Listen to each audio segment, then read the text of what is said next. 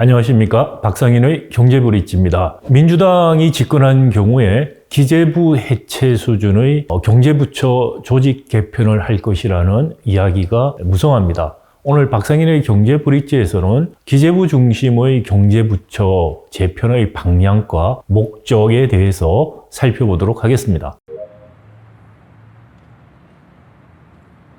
최근 오기영 의원 그리고 허성무 의원이 대표 발의한 정부조직법 일부 개정안 법률안이 국회에 제출됐습니다. 이 두 법안은 현재 기획재정부를 재정경제부와 기획예산처로 분리한다는 내용입니다. 차이점은 분리된 기획예산처가 국무총리 산하로 갈 것인지 여부에 있다고 할 수가 있겠습니다. 사실상 매우 유사한 내용의 법안입니다. 기재부를 분리 내지는 해체하는 수준의 법률안이 제안된 배경에는 기재부의 권한이 너무 막강하다, 이른바 기재부 정부론이 배경에 있습니다. 또 아마 이제 3년 연속 대규모 세수 결손이 예측되고 있습니다. 여기에 대한 책임을 묻자라는 이야기도 하고 있습니다. 이미 민주당의 대선 주자인 이재명 전 대표와 김동연 경기지사도 기재부 해체 수준의 공약을 한 바가 있고요. 조국 혁신당 역시 강령으로 기획예산처를 만들겠다고 이야기를 하고 있습니다. 따라서 지금 예상처럼 민주당 중심의 정권 교체가 이루어진다면 기재부 조직에 대대적인 변화가 일어날 것으로 예상이 됩니다. 그렇다면 이 조직 개편의 구체적인 목적이 무엇이며 이 개편을 통해서 우리가 무엇을 기대할 수 있는가를 곰곰이 살펴볼 필요가 있습니다. 사실 조직 개편의 핵심은 바로 예산 편성의 책임과 권한을 누가 가지느냐라는 데 있다고 할 수가 있겠습니다. 나아가서 예산 기능과 경제정책 조정 기능을 분리함으로 인해서 생길 수 있는 문제점 역시 짚어봐야 될 사항이라고 생각됩니다. 우리 재정금융 부분의 정부 부처의 조직 변화는 크게 세 번의 변화가 있었다고 볼 수가 있겠습니다. 경제기획원이 61년 7월 달에 박정희 정부에 의해서 만들어졌습니다. 경제기획원이 경제개발 5개년 계획 그리고 예산을 수립하는 부처로 정부 부처 중에서 가장 상위, 가장 힘있는 부처로 시작된 것이죠. 재무부는 그 이전부터 있었던 전통적인 화폐, 금융, 외국안에 대한 업무를 담당하는 부처였습니다. 이 두 부처가 1994년 이른바 김영삼 정권 때 재정경제원으로 통합이 됩니다. 통합 당시의 논리는 다음과 같습니다. 경제발전 5개년 계획을 통한 경제발전의 시대는 끝났다. 따라서 경제계획의 수립과 기획 조정의 기능은 이제 많이 약화되지는 포기해야 된다. 따라서 남게 되는 예산 기능을 재무부와 통합해서 경제 컨트롤 타워라고 할 수 있는 재정경제원을 만든다는 것이었습니다. 이 재정경제원은 98년 2월에 막을 내리는데요. 결정적인 계기가 바로 97년의 외환위기 또는 경제위기였다고 생각할 수 있습니다. 이 당시에 97년 경제위기가 도래함에도 불구하고 정부 부처에서 97년 상반기까지만 해도 한국 경제의 펀더멘털은 좋다라는 이야기를 했고 경제 위기가 터지기 전까지 경고등을 켜지 못했다는 비판이 제기되었고요. 이것이 하나의 부처로 모든 것이 통합됨으로 인해서 상호 경제와 생산적인 그런 경쟁이 없어진 것이 아니냐는 비판으로 이어진 것입니다. 따라서 김대중 정부가 들어오면서 이 재정경제원을 세 부처로 쪼개게 됩니다. 하나가 바로 재정경제부고요. 다른 하나가 기획예산위원회와 예산청이 되겠습니다. 지금 민주당 의원 안에서 생각한 것처럼 예산 부분을 재정경제원에서 떼내자라는 것이 되겠습니다. 그런데 기획예산위원회와 예산청이라는 이 구조는 사실 잘 작동이 되지 않았습니다. 1년 남짓한 시간이 지나서 기획예산위원회와 예산청을 합쳐서 기획예산청이라는 정부 부처가 들어오게 됩니다. 재정경제부 기획예산처 구조가 95년부터 2008년까지 김대중 정부 대부분과 노무현 정부 거쳐서 9년 정도 존속했던 것입니다. 이것이 사실 지금 민주당이나 조국 혁신당에서 이야기하는 기재부 해체 또는 재구성안의 기본적인 모델이라고 볼 수가 있습니다. 그런데 이 재정경제부 기획예산처 조직이 한 9년 운영을 하면서 문제점들이 지적이 됩니다. 다름이 아니라 재정경제부가 여전히 경제정책을 수립하고 조정하는 정책 조정의 기능을 가지고 있었고, 예산 기능은 기획예산처가 가지고 있었는데, 사실 예산이 없는 재정경제부가 정책을 조정하는 역할을 수행할 수가 없게 됩니다. 오히려 기획예산처가 경제정책을 사실상 조정하는 그런 일들이 왕왕 벌어지게 되고, 결국은 이 갈등이 심화됩니다. 즉, 경제정책 조정과 예산이라는 권한의 분리해서 오는 문제점들이 시간이 갈수록 노출이 된 것입니다. 만약 조직을 이처럼 되돌린다면 노무현 정부 때 일어났던 경제정책 조정과 예산이라는 두 기능이 분리됨으로 인해서 생기는 갈등이 재현될 가능성이 높다라는 생각이 듭니다. 따라서 2008년에 기획재정부라는 것이 출범을 하게 됩니다. 이 기획재정부는 재정경제부와 기획예산처를 합친 건데, 여기서 이제 빠진 것이 바로 금융정책에 관한 부분이 금융위원회로 이관이 된 것입니다. 사실 97년 경제위기 이후에 금융감독위원회라는 위원회가 생기게 됩니다. 그동안 보험이라든지 은행이라든지 각 영역별로 감독기구가 분산되어 있었던 것을 하나의 통합된 감독위원회를 만들자, 영국식 모델을 따라서 만든 것이 금융위기 이후에 금융감독위원회였습니다. 금융감독위원회와 재정경제부 사이에서도 상당한 갈등이 있게 됩니다. 왜냐하면 금융정책은 재정경제부가 여전히 가지고 있고, 금융감독위원회는 금융기관 감독 기능만 가지게 됨으로 인해서 사실상 재정경제부에 있었던 금융정책국이 금융감독위원회 상위 기구처럼 역할을 하기 시작을 하는 것입니다. 따라서 이 갈등을 없애기 위해서 금융위원회라는 것이 기획재정부와 같이 출범하게 된 것입니다. 재정경제부에 있었던 금융정책 기능을 금융감독위원회에 이관하면서 금융위원회라는 조직이 생기게 된 것이고요. 그리고 재정경제부에서 금융정책을 뺀 경제정책 조정부터 해서 화폐, 금융, 외국환 업무, 그리고 기획예산처가 갖고 있었던 예산 관련 업무, 공공부문 평가를 합친 기획재정부가 생기게 된 것이고, 이것이 현재까지 이어지고 있는 것입니다.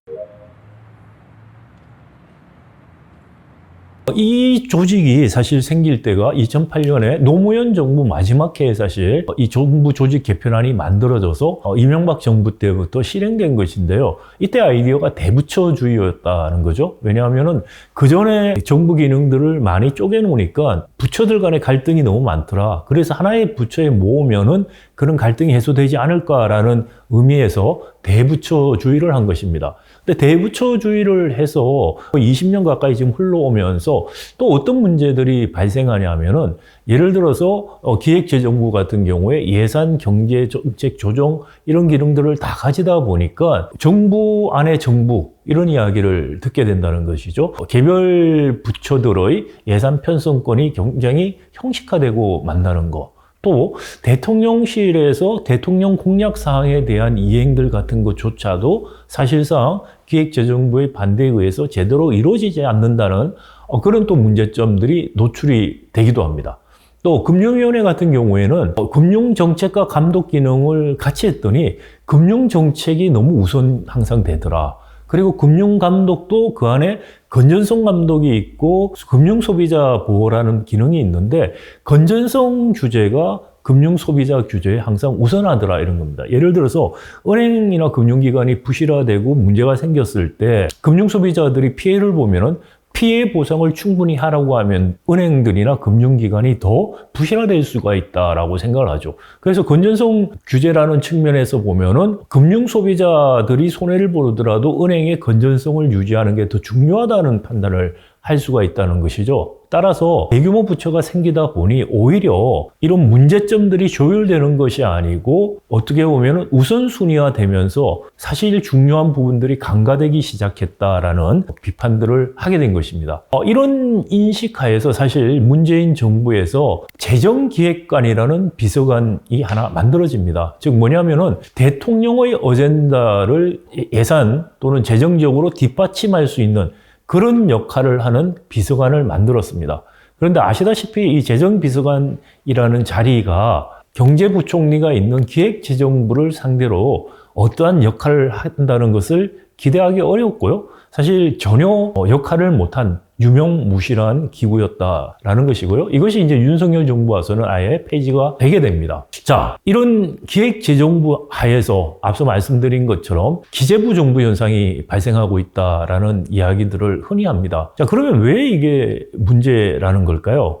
첫 번째는 어떤 의미에서 보면은 선출되지 않은 권력이라고 할 수 있는 공무원들이 국가 정책을 뒷받침하고 사실상 조정하고 좌지우지하는 그런 기능들을 지나치게 많이 수행을 한다라는 것이고요. 어떤 경우에는 대통령이 공약으로 내건 사업들조차도 기재부에서 반대를 하면서 또는 예산 배정을 좀 늦게 함으로 인해서 좌초되는 경우들도 생긴다라는 것입니다. 다시 말씀드리자면은 국가 예산이라는 중요한 기능을 선출되지 않은 관료가 통제하는 것이 바람직한가라는 근본적인 문제가 제기된다라는 것입니다. 자, 그러면 지금 한 거의 20년 동안에 선출된 권력이라고 할 수 있는 대통령은 왜 이런 문제점을 알고도 방치를 했을까라는 의문이 듭니다.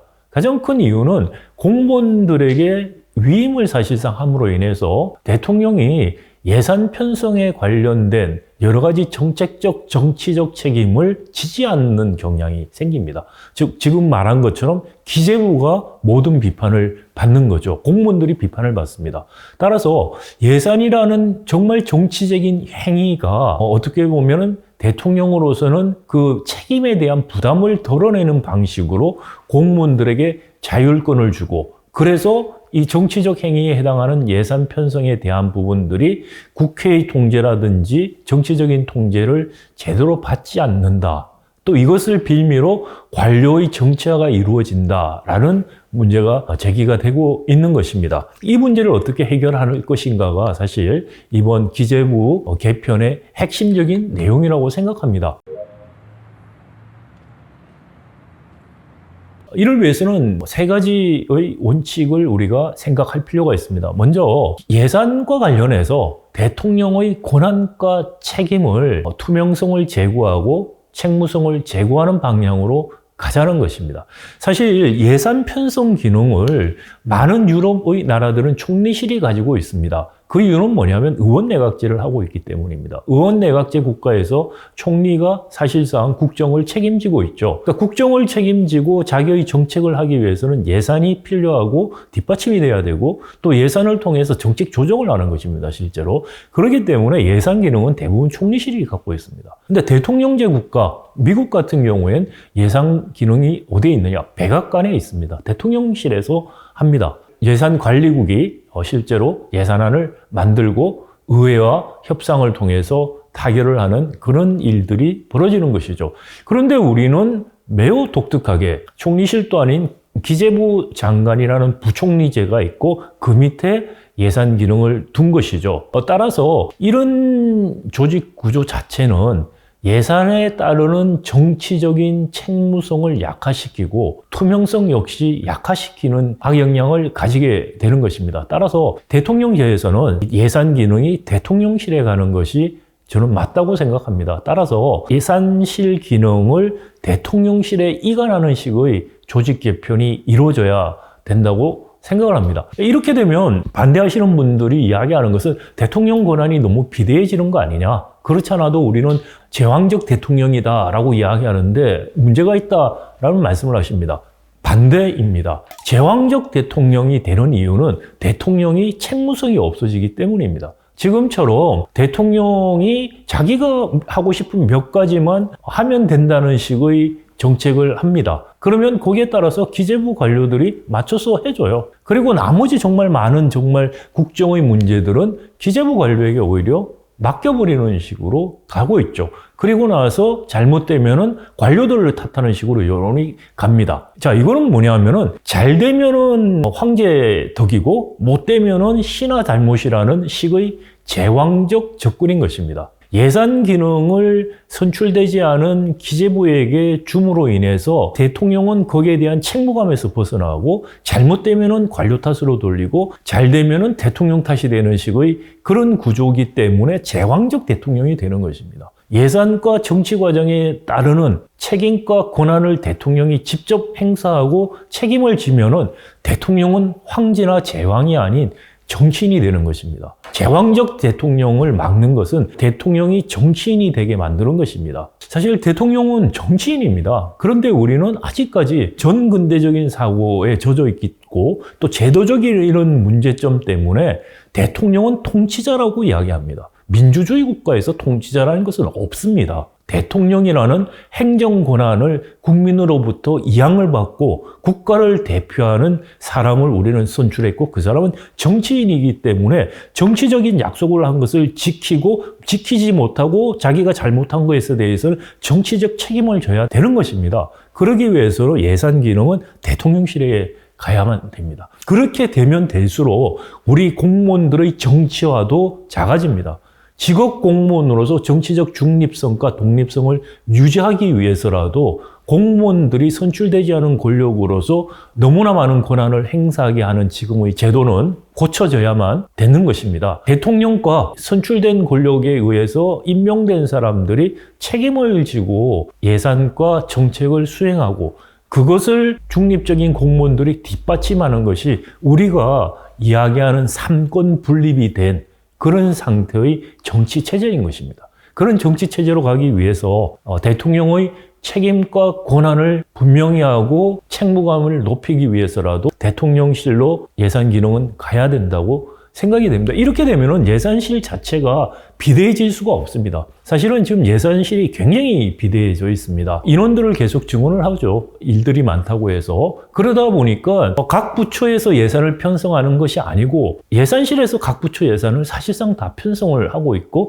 부처의 독립성들이 굉장히 위축이 되고 각 부처들은 기재부에 대한 불만들이 굉장히 많아지는 상황입니다. 대통령실에 예산 기능이 들어가게 되면은 대통령실은 너무나 눈에 잘 보이는 조직이기 때문에 인원을 함부로 늘릴 수가 없습니다.